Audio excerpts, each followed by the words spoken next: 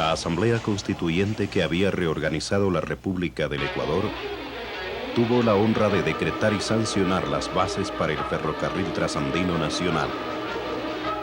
Decreto que, considerado en sentido mercantil, tenía las apariencias de visionario, porque en realidad la nación no contaba con capital ni con crédito para poder realizar obra tan gigantesca. El ferrocarril nuestro se contrató en bonos que deben ser pagados gradualmente por el gobierno y otros que deben ser amortizados con productos del mismo ferrocarril. Nuestra vía férrea mide 290 millas desde Durán a Quito y en su construcción se emplearon 12 años, escasos en relación a otros ferrocarriles de América.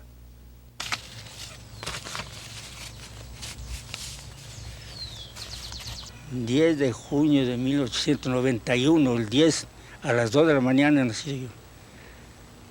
Este 10 de junio que viene ya completo mis 90.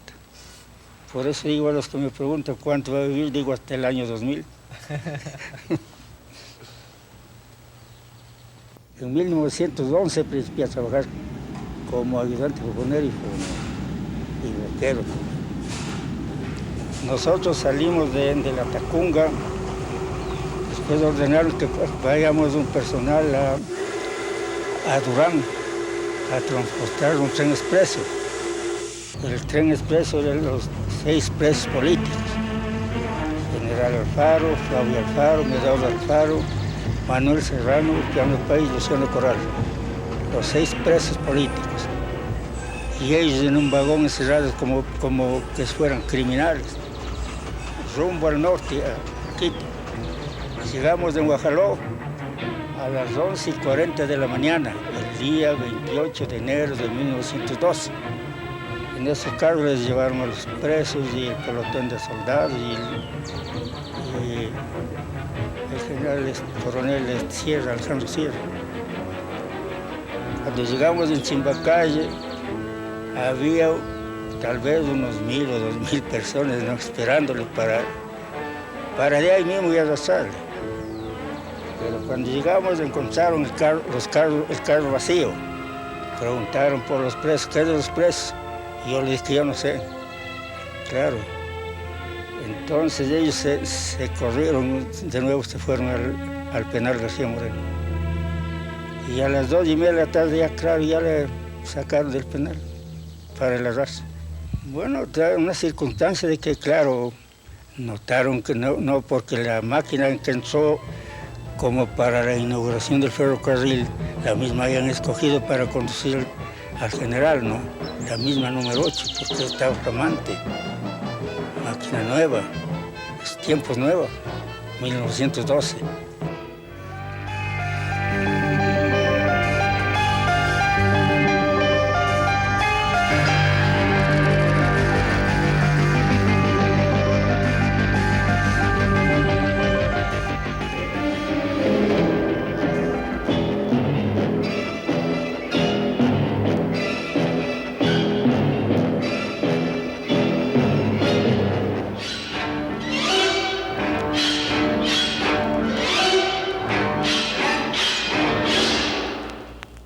Como preámbulo voy a decir que empecé a trabajar el año 28, pero en diferentes partes y muy poco tiempo, hasta el año 32, que de esta estación de Cibambe pasé a trabajar como telegrafista en la terminal de Durán. En la terminal de Durán, naturalmente, un servicio grande que había porque los talleres del ferrocarril para entonces estaban concentrados en Durán. Ahí se reparaban y se armaban y se hacían todas las cuestiones de la máquina, en las máquinas para que pudieran trabajar perfectamente.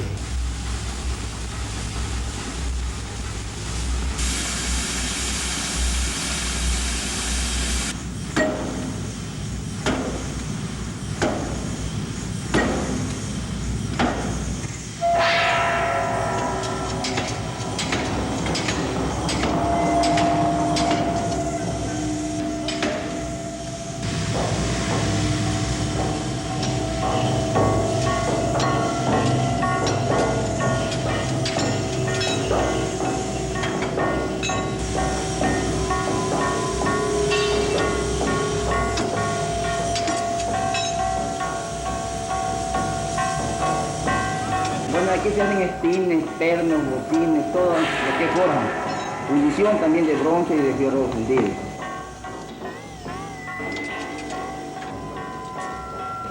De las llantas viejas se hacen hojas de resorte.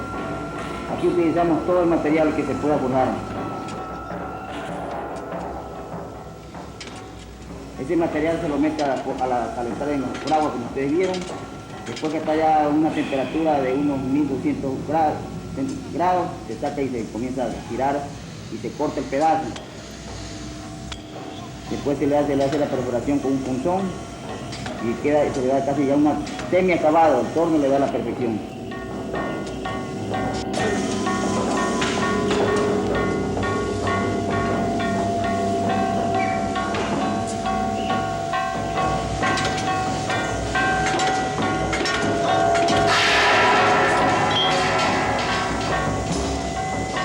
Ustedes ven que en la herrería, como se forjó, así a la intemperie, ustedes fueron testigos que brinca las chispas, puede brincar hasta la vista.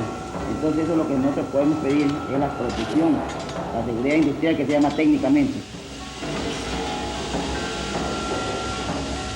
El elemento ferroviario de Durán y a la base, a lo largo de la línea, en el Ecuador, es un elemento capacitado, dando gracias a la experiencia, a la capacidad del trabajador ferroviario, de pedazos de hierro, trata de ese pedazo de hierro hacerlo servir y lo saca una pieza para colocar en una locomotora, en un coche, en un autoferro, para poder de ahí comenzar nuevamente a darle vida a esa unidad.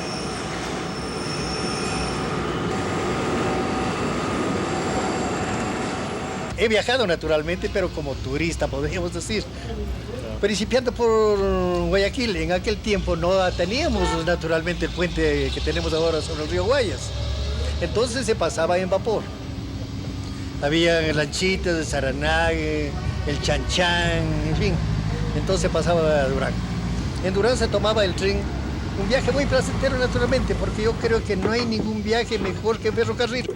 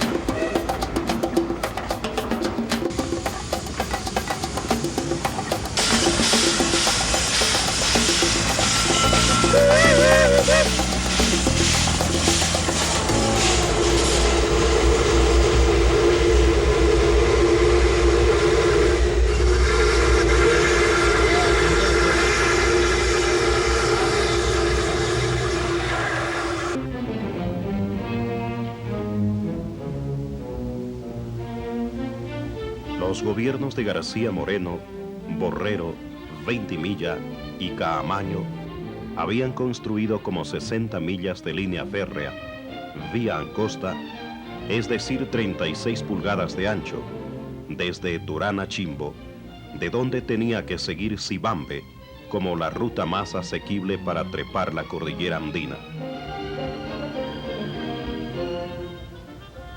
El empresario Harman inició los nuevos trabajos con mucho vigor.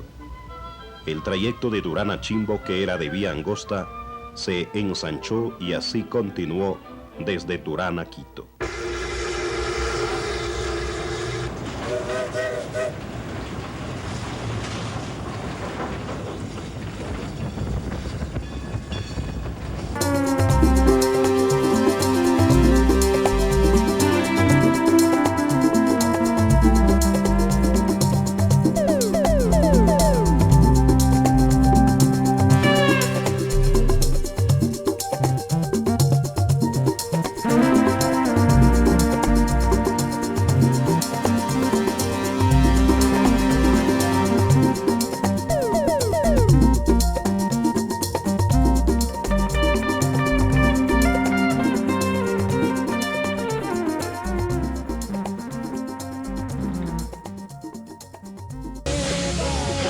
Llegamos a Yahuachi.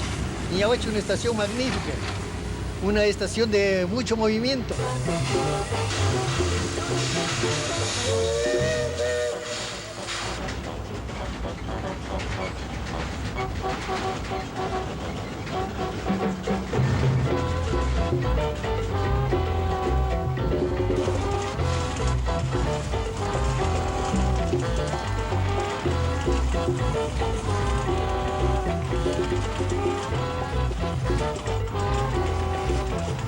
Mi proyecto primitivo fue dejar establecida la vía férrea desde Loja a Tulcán, con cuya medida consideraba la República relativamente bien defendida.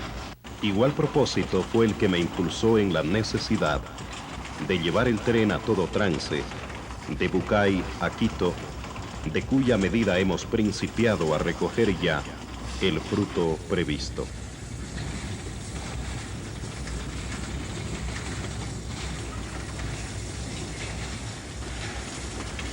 Imposible que el Ecuador quede sin salida libre, propia al Amazonas, y que la locomotora, al fin y al cabo, lo ponga en contacto directo con las riberas del Guayas, mediante la conexión con nuestro ferrocarril trasandino existente ya. Era perjudicial a los intereses del país la anulación del referido contrato, pero este proyecto también fue cancelado.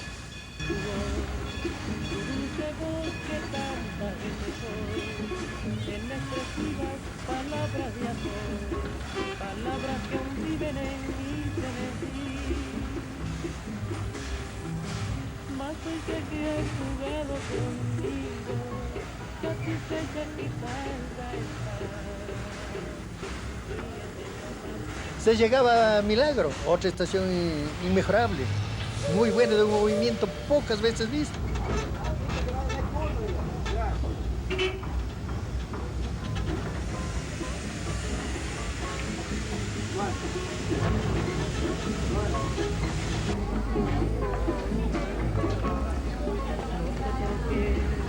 No sé por qué me enamoré de ti, sin conocerte siquiera, sin saber lo que era.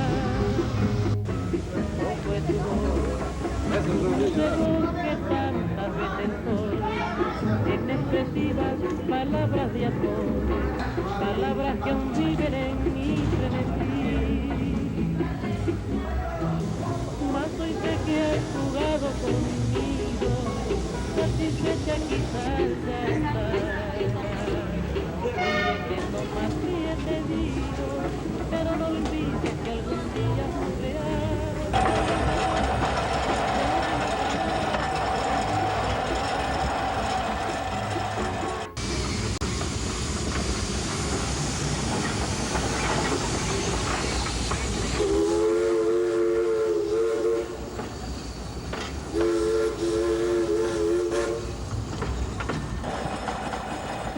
1914, con la guerra europea, el ferrocarril se fregó, estaba fregado, porque no había carga, prácticamente no venía ni carbón para las máquinas, era de carbón. De eso se adaptó a leña. Cortando testimones, a poner leña fresca, era terrible para continuar el viaje.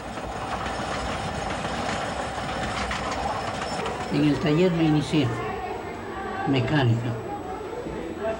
Así es que poco a poco, cuando faltaba un ayudante, me ocupaban, me tomaban en cuenta. Mejor dicho, me pagaban. Hasta tanto no. Hasta que al fin, pues ya un buen día, hubo una plaza, una vacante, en la que tuvieron a bien darme como ayudante. En el tiempo que yo trabajé desde 1920, esas máquinas le adaptaron, porque claro, es de fácil adaptación, ¿no? Todo está en la cuestión del caldero. Ahí había, en vez de dos, que es ahora el fogonero y el maquinista, habían tres hombres. El maquinista, que maneja la máquina. El fogonero, que tenía que estar con los palos de los enormes troncos, pues, ¿no? Lo que puede entrar por la boca de la caja de fuegos. Echa leña adentro y carbón, y un hombre arriba, botando la leña de arriba para que pueda coger el fogonero, y lo mismo empujando el carbón de piedra. Imaginarse, todito el día, todo el viaje, estar hecha leña, unos troncos enormes, pero lo hacían.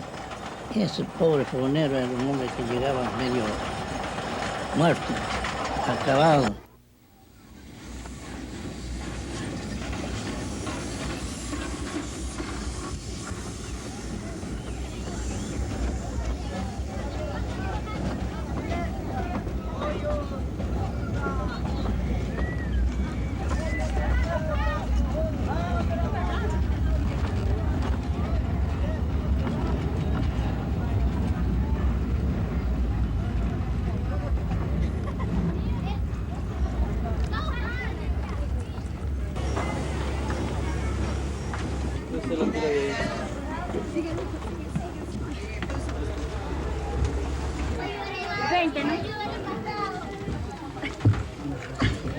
Ayúdame, alguien que se arrepiente.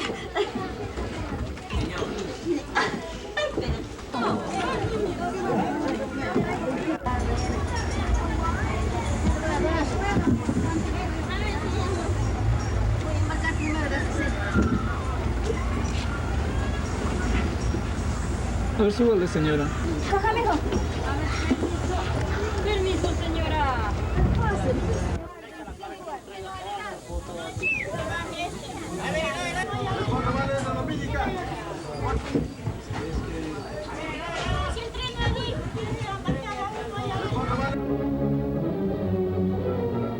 Una huelga que nosotros hicimos ya que era necesaria en 1919.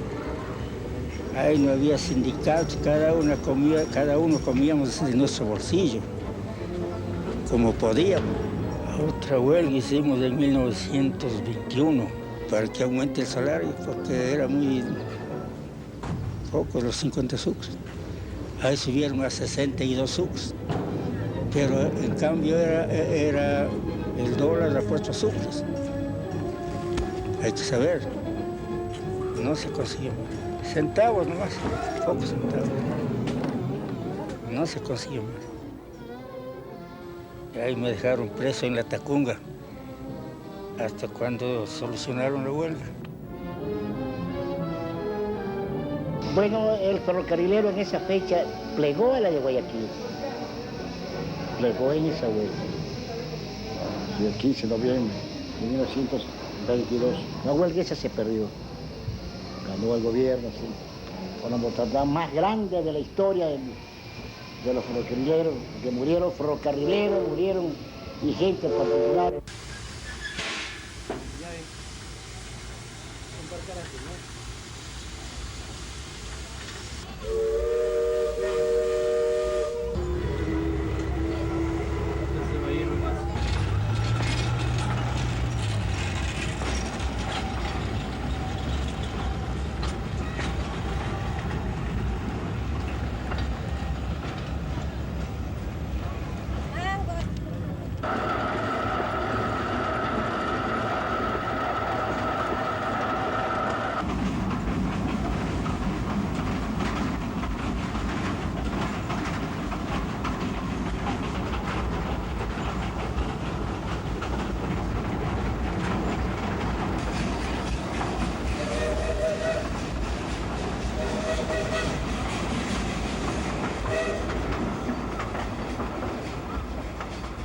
pero llegaba a Bucay.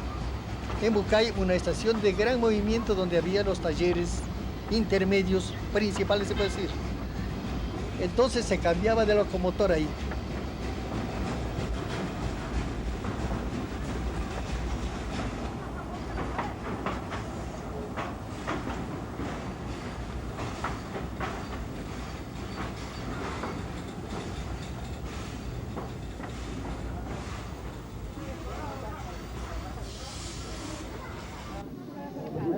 A ver, deme esas granes, por acá ven esas granes.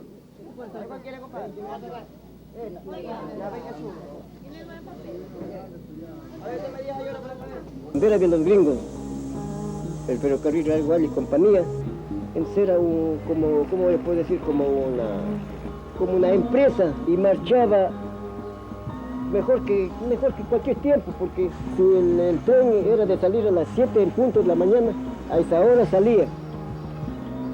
Antes nosotros, cuando yo me inicié el ferrocarril, entraba a las 2 de la tarde. Mire usted, entraba a las 2 de la tarde y salía a las 6 de la mañana. Yo entré de aprendiz, trabajé un año sin ganar un centavo. En ese tiempo no había estas leyes que el que entraba a trabajar ganaba. En esta ocasión trabajé 2 años sin ganar absolutamente un solo centavo. Había que hacer méritos para poder tener algún aliciente. Bueno, lo que sé es que naturalmente a los americanos se les pagaba en dólares y a los ecuatorianos, que habían de papar entonces demasiado poco, se les pagaba en sucres. Claro que era una injusticia porque tanto trabajo hacía el uno como el otro. El maquinista ganaba en dólares, los gringos, eran gringos en ese tiempo. En dólares ganaba, desde Durán a Bucay ganaban $300.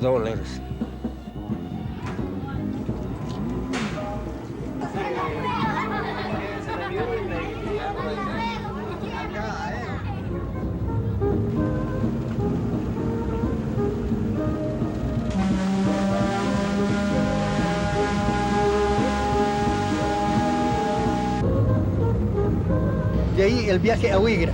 En Huigra, naturalmente, para entonces, la estación de almuerzo. Teníamos muy buenos hoteles, Hotel Huigra, Hotel Berlín, Hotel Chimborazo, en fin, algunos hoteles. Y para entonces, la gerencia del ferrocarril funcionaba en Huigra. Huigra es un pueblo que nació en regazo del ferrocarril. Toda su historia se desenvuelve alrededor del ferrocarril. Yo siempre le veo con cariño, como mi primera parroquia ha sido Huigra. Me siento tan ferroviario como cualquier brequero, como cualquier maquinista. Aquí almorzaban los pasajeros que bajaban a Guayaquil y los que subían a Riobamba. Un buen día surgió la novedad de que la estación de almuerzo iba a desaparecer de Huigra y ser en Alausí y en Bucay. Tuve que encabezar movimientos amparado por el tricolor nacional, que tenía los mitos de aquí el tiempo suficiente hasta cuando se pudiera vender la comida. Cuando yo llegué acá de párroco en el año 1940, se encontró todavía fresca la herida en la población por el desastre ocurrido en 1931, a 5 kilómetros de aquí hacia el norte, con motivo de un derrumbe terrible acaecido con el deseo de que pasara el presidente Isidro Ayora. En la hora menos pensada vino cerro abajo, sepultando, según he oído, a unas 300 personas, dejando duelo, lágrimas en muchísimos hogares. Y un puente que había ahí al lado de metálico de hierro le dobló como que si fuera una lona y fue a botar lejos, con rieles, con todo. Qué potencia del aire del derrumbe. El puente que hay cerca de Bucay, ese puente largo, lo llevó, lo tumbó. En este kilómetro 120, el mes de octubre de 1968, hubo un asentamiento de tierra. Se llenó el agua, todo esto. No hubo tráfico ferroviario alrededor de unos 3 meses. Y el Chanchan ha sido el enemigo número 1 del ferrocarril.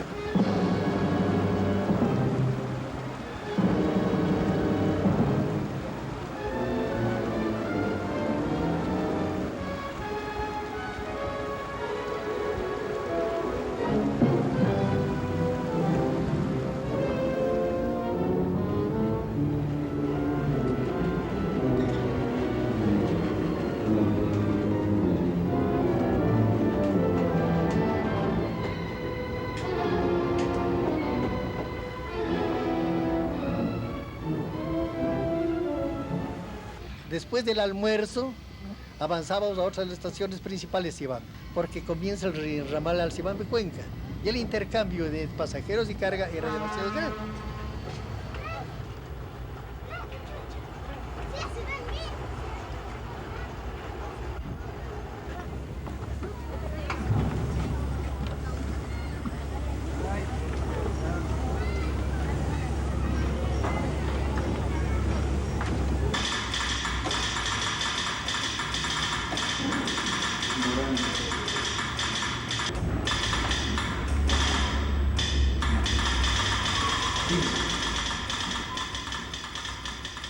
Valía la pena conocer esto porque se encuentra la nariz del diablo, que usted seguramente ha viajado y ha visto naturalmente. Es una cuestión impresionante. Es una de las obras de ingeniería ideadas, una de las principales tal vez en Sudamérica.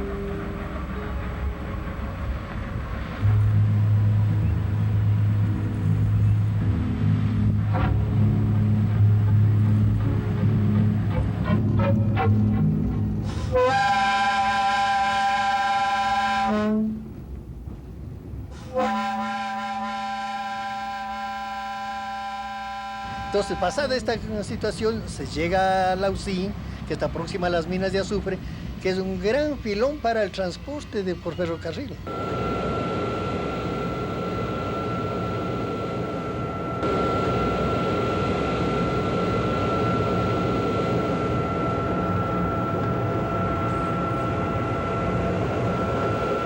Y el sector este de Alaucía, Abucay, que todavía necesitan del ferrocarril. Hay gente humilde que cuando no hay el ferrocarril se trasladan a pie para hacer las compras desde Ventura hasta Alaucía.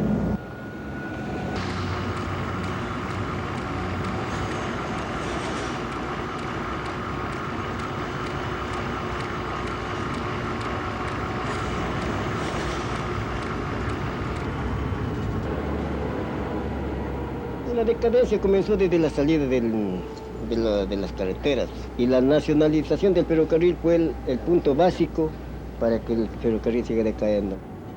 La vía de Totos tenía que dañarle una máquina para ponerle a la otra.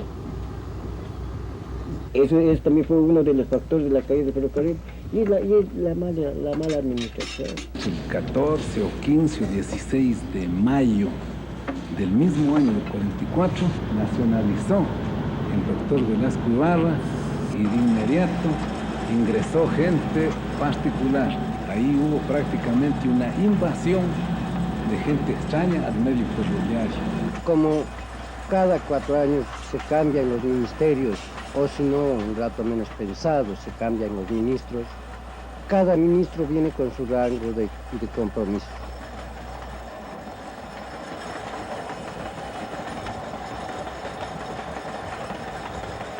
Otra huelga fue cuando el doctor José María Velasco Ibarra era presidente de la República y el señor Julio Teodoro Salem principió a votar gente, él se hizo ministro de Obras Públicas. Nosotros hicimos paro de deberes como hombres, que éramos hombres antes.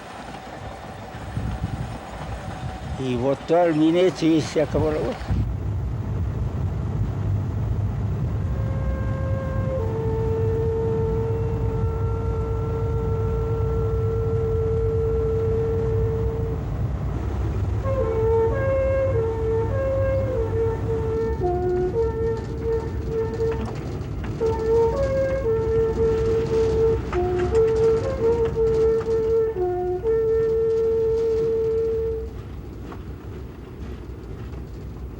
La ventaja para nosotros, para salir en realidad del penal, fue un famoso choque que hubo en Mancheno. Porque naturalmente el personal de la oficina del despachador, que es el eje para el movimiento de todo el personal, de todo el ferrocarril, estuvimos presos. Hubo un error y 2 máquinas chocan en Mancheno. Tuvieron una cantidad de muertos, 2 máquinas pedaceadas completamente, millones de euros perdidos. Entonces parece que recapacitaron el mal que estaban haciendo, metiendo a personal inexperto a hacer el trabajo que hacíamos personas que habíamos trabajado 15, 20, 25 años dentro del ferrocarril y conocíamos el movimiento. Entonces nos sacan de nosotros. Honradamente, los paros en esas épocas, bueno, solo el anuncio era para que se subsane cualquier problema. Sin embargo, tuvimos en el año 67, 16 días de paro. Ese fue el más largo. En ese entonces era presidente el doctor Otto Arosemena. Ahí costó unas 6 vidas en Durán. Unos 6 muertos hubo en Durán. Y ahí pues nuestra decisión era que se rehabilite. Y gracias a esa acción vinieron las 10 locomotoras que hoy están terminadas.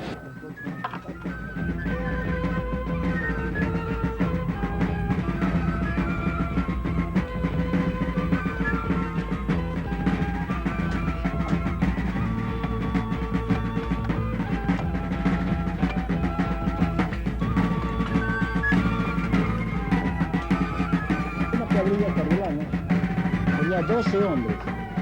Fuera de esos 12 hombres que tenía cada cuadrilla,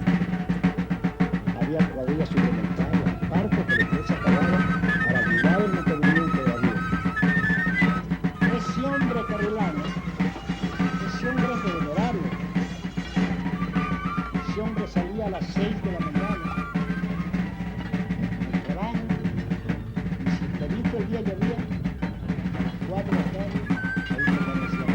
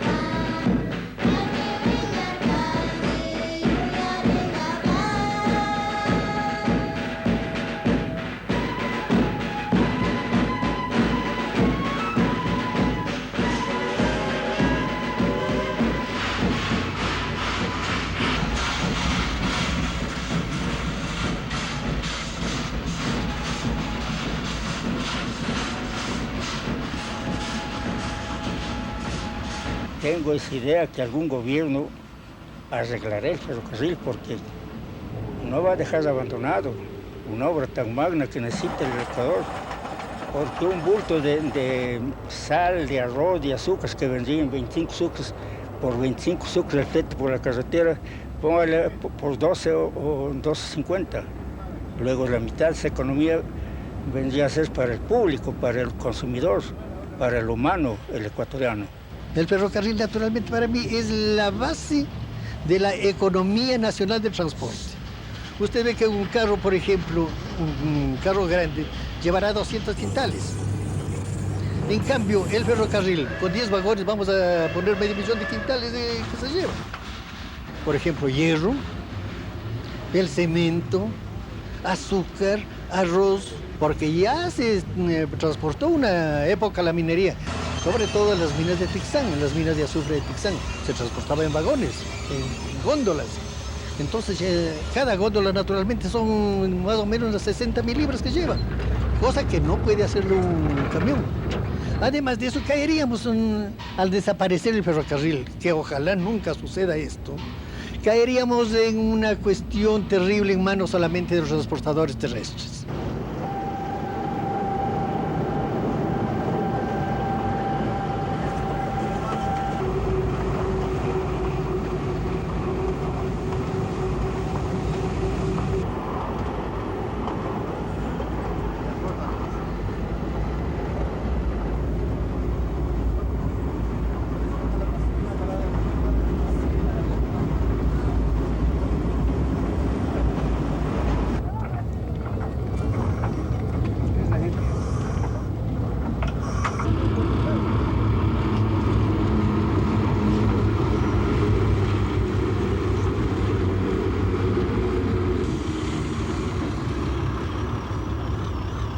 Tren de pasajeros había un tren directo que era con comedor, coche comedor, pues que había asimismo tren mixto.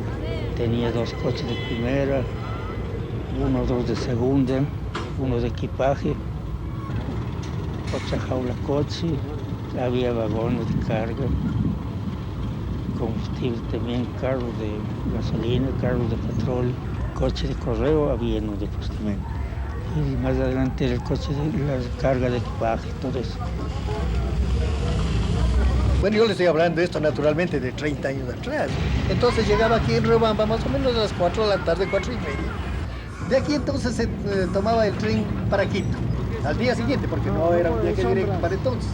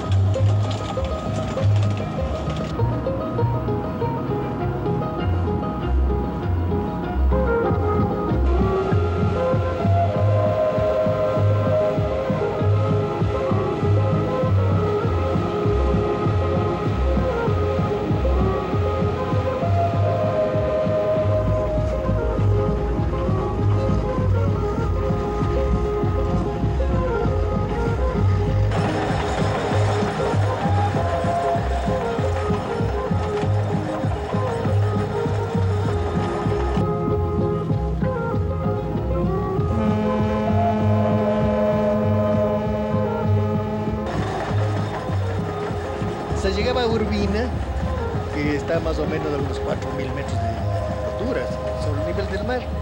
Entonces comenzaban las golosinas de la sierra, mocha los cuyes, en Ceballos las frutas que había, manzana y todo lo demás. Se llegaba a Ambato, una de las estaciones magníficas. Entonces a La Tacunga. Bueno, La Tacunga, otra cuestión buena. De ahí a Lazo, luego a Cotopaxi. Bueno, en Cotopaxi, estaciones pequeñas, Machachi, Aloa, Tambillo. Entonces llegaba a Quito.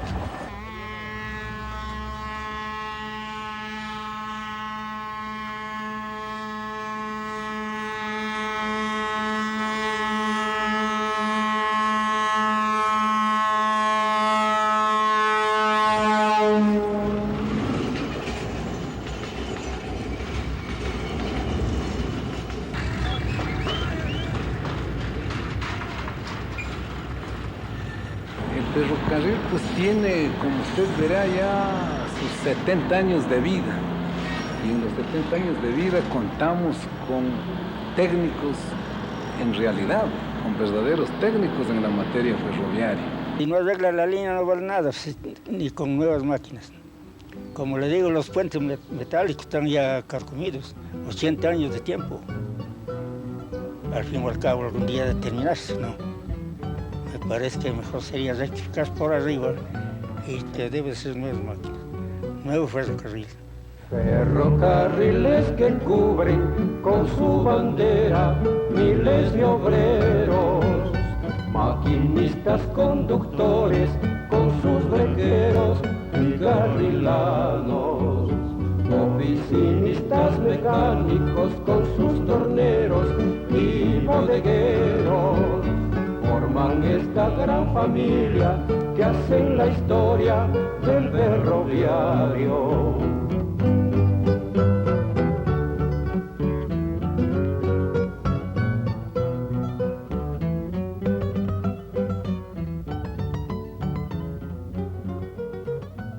Ferrocarriles que cubren con su bandera miles de obreros, maquinistas, conductores con sus brequeros y carrilanos, oficinistas mecánicos con sus torneros y bodegueros.